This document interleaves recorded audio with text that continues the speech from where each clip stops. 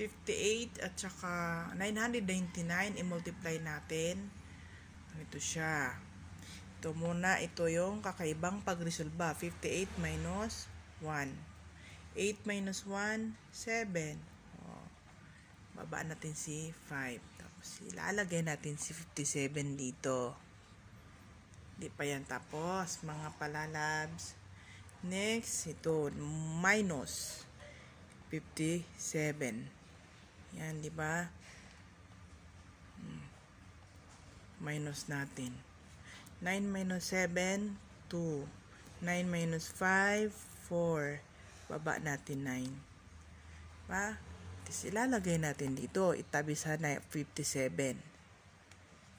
Ano siya? Diba? 57,942. Yun mga palalabs ko. Kakaibang pagresolba. Yan, diba? Thank you mga palalabs ko. God bless sa ating lahat.